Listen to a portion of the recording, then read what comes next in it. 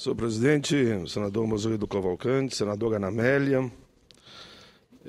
Senadora Ana Amélia, Vossa Excelência sabe que ambos têm me ajudado nesse debate dos aposentados, que eu apresentei uma emenda ao relatório preliminar da LDO 2015, com o objetivo de estar consagrado já no orçamento, na diretriz do orçamento, a questão dos aposentados do regime geral da Previdência, aqueles que ganham mais que o salário mínimo, porque quem ganha o salário mínimo recebe inflação mais PIB, mas quem recebe mais que o salário mínimo só recebe a inflação e o salário vai sendo achatado.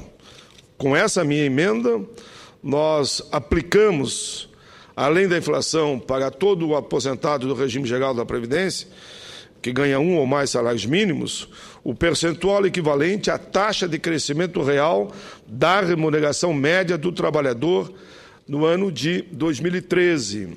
Não vinculei ao PIB e peguei a taxa de crescimento da massa salarial do país, porque sempre tem aqueles que dizem que se vincular ao PIB, a mesma política, salário mínimo, e não pode. Então, com essa alternativa, que é fruto já de um projeto de lei que tramita na casa de minha autoria, eu não estou vinculando a política de salário mínimo, mas estou garantindo o mesmo crescimento real porque o crescimento da massa salarial, que é dado ao mínimo, porque o crescimento da massa salarial é praticamente idêntico ao PIB.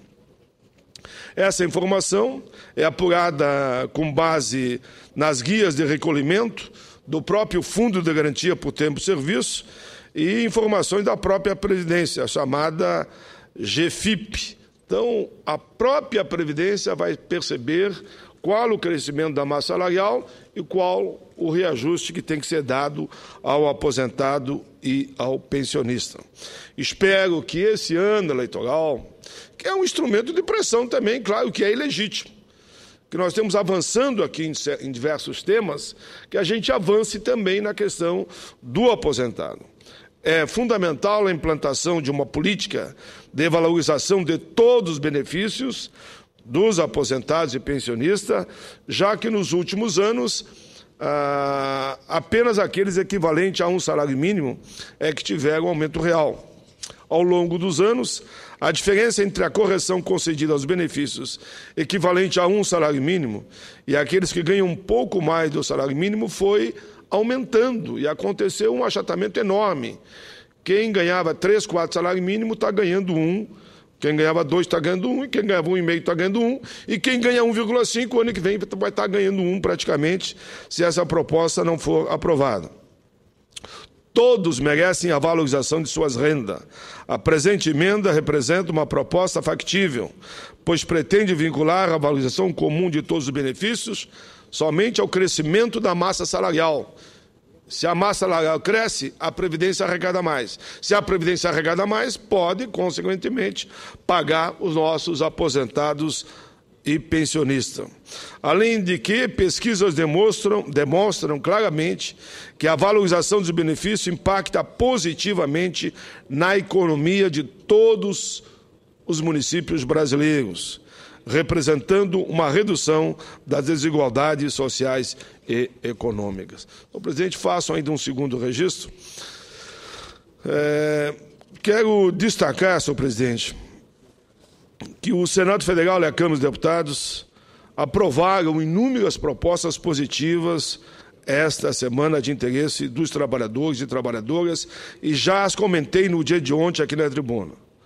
Mas lembrei um pouco mais que recebi pelas redes sociais, que era bom que eu destacasse também, que além de todos que eu falei, que o Congresso aprovou a ficha limpa, claro, importantíssimo, a PEC das domésticas, importantíssima, o fim do voto secreto, trabalhamos junto nesse tema, apresentei projeto desde que cheguei aqui na Constituinte, PEC das domésticas a mesma coisa, trabalhamos junto com todos os senadores e senadoras, todos esses temas, e claro, com a ficha limpa. Lembro aqui da PEC da Juventude, que foi relator, a política de cotas, que participei como relator, o Estatuto do Idoso, que fui como autor, sobre igualdade racial, a PEC recentemente do trabalho escravo e tantas outras propostas que o Congresso votou e propostas que são, de fato, de alcance interesse dos trabalhadores e trabalhadoras, aqueles que mais precisam. Mas mesmo assim, eu digo sempre que, embora muitas vezes o Congresso é alvo de críticas, mas está indo. No linguajar popular, a trancos e barrancos, nós estamos fazendo acontecer. Claro que não é tudo aquilo que as pessoas querem, mas temos avançado na pauta positiva nos últimos tempos. E também, claro, não vou aqui negar e nem tapar o sol com a peneira, é achar que está tudo uma maravilha. Claro que não. Fizemos muito, mas há muito ainda por fazer. Eu diria mais, há ainda uma enorme dívida que é chamada pauta dos trabalhadores, dos homens e mulheres, que são os atores do crescimento do país, que tem que avançar mais. Não vou entrar aqui no mérito do porquê que as duas casas, Senado e Câmara, ainda não avançaram nessa pauta específica. Mas, como já fiz aqui com outro tema, lembro que seria importante, mediante até porque houve uma grande audiência aqui no Congresso, onde foi decidido que as centrais e confederações vão mandar para todos os candidatos a presidente da República e a presidenta da República qual a posição deles sobre a pauta dos trabalhadores. O ponto número 1 vai ser o fim do fator previdenciário, que já foi aprovado um projeto nosso aqui no Senado em 2008 e encaminhado logo em seguida para a Câmara dos Deputados e está lá parado. É inadmissível que com esse fator ainda hoje permaneça uma lei que vem lá de 15 anos atrás e permaneça uma lei que corta pela metade o salário da mulher no ato da aposentadoria e do homem faz com que ele perca até 45%. Tem dialogado muito com as centrais, com as confederações, com a COBAP, e essa pauta tem que estar na ordem do dia, o fim do fator previdenciário. Também em 2008, o Congresso aprovou um projeto de minha autoria, o PL 58,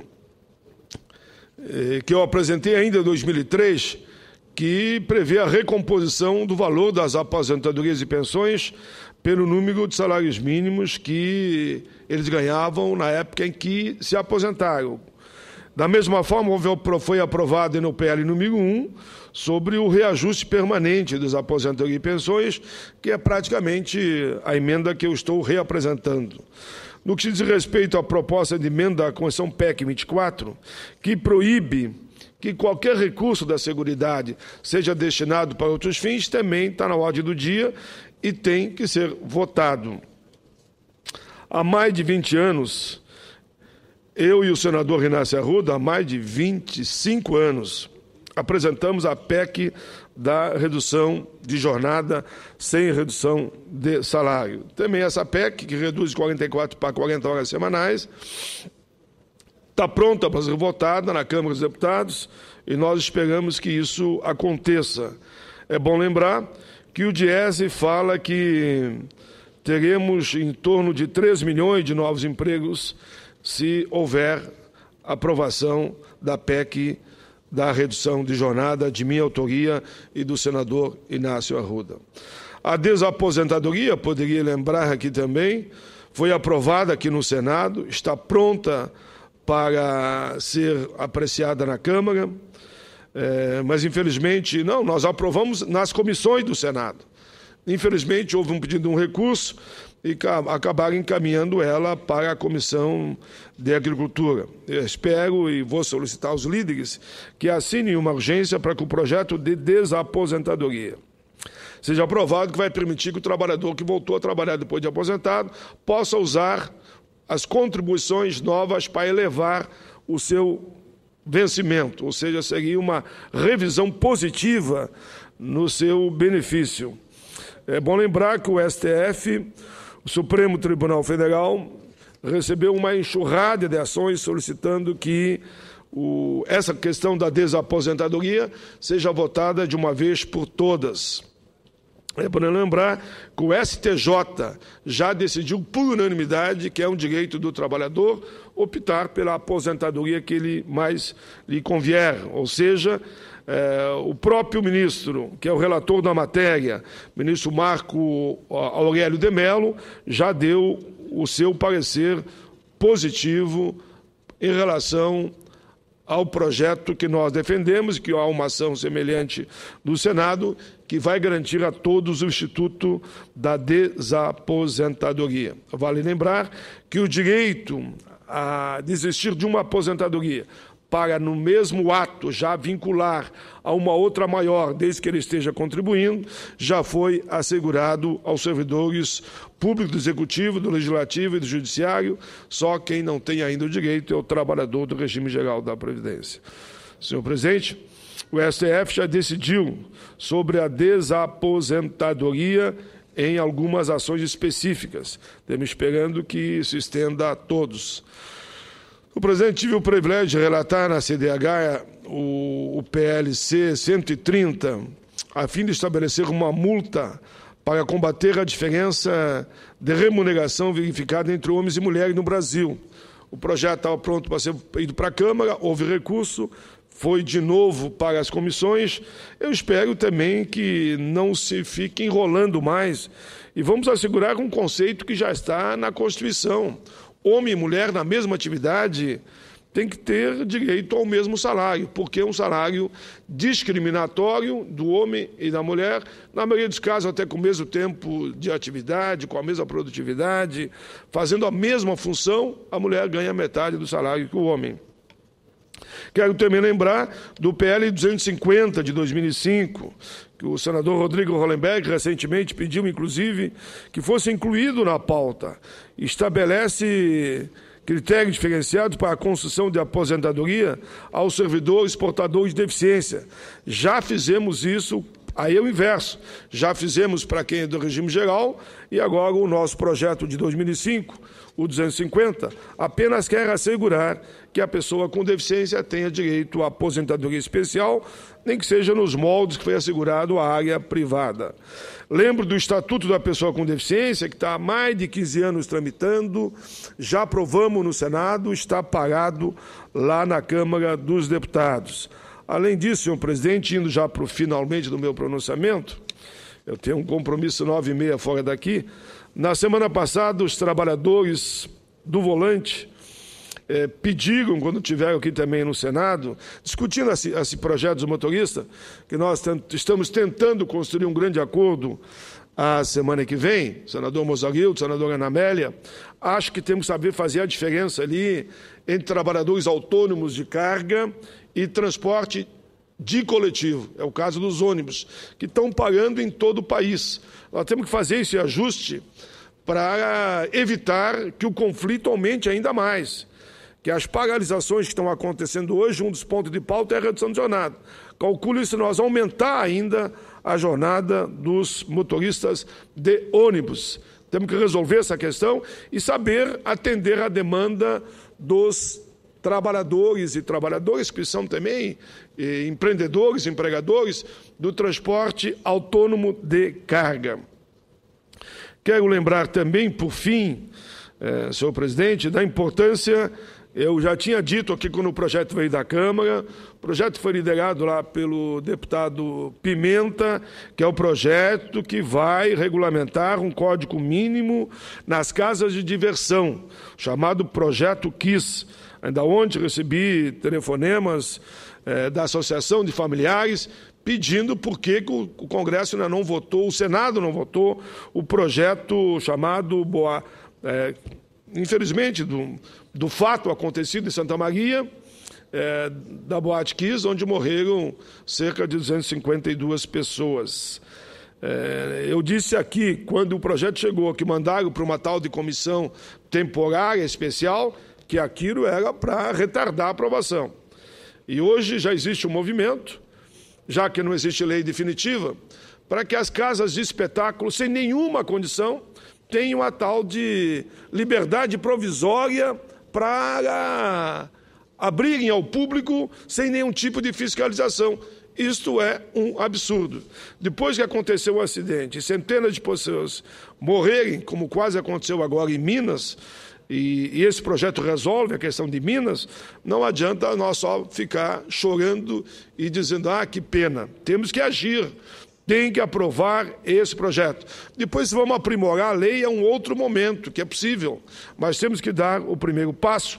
Então, eu faço mais uma vez um apelo, já estamos coletando assinatura para o requerimento de urgência, no sentido que o projeto já foi aprovado da Câmara, que cria um código mínimo, a nível nacional, de prevenção a incêndio em casa de espetáculos, seja aprovado aqui no plenário. E, por fim, senhor presidente, eu quero lembrar que também o caso Aeros continua encalhado, não resolvemos. Há um projeto de minha autoria aqui, que eu crio conforto legal para resolver a questão do Aeros, já que o Supremo já decidiu. É só pagar. Mas então fico dizendo que tem problemas de figuras na lei. Bom, aprove o projeto que eu apresentei, já foi relatado e aprovado nas comissões, só falta votar no plenário que resolve essa questão. E assim os companheiros do Aeros, que estão há mais de uma década esperando, possam receber o que eles têm de direito. Senhor presidente, era isso. O que nós temos pedindo é que haja uma pauta mínima dos trabalhadores. Essa pauta que aqui falei tem o apoio das centrais, das confederações, dos trabalhadores do campo e da cidade. E claro que a pauta é muito mais ampla, mas eu listei aqui o mínimo para que a gente possa votar antes das eleições de outubro, que é onde vamos eleger deputados estaduais, federais, os governadores e quem será o novo presidente ou presidenta da República, ou a reeleição, claro, da presidenta Dilma. Só estou relatando os fatos, respeitando a questão eleitoral, e a população é que vai decidir no momento adequado. Senhor presidente, considere na íntegra meus dois pronunciamentos. Agradeço muito Vossa Excelência, a senadora Ana Amélia, porque eu estou no artigo 17 e ambos cederam para que eu falasse agora, porque eu tenho um compromisso às 9h30. Obrigado, presidente Monsagueiro. Obrigado, senadora Ana Amélia.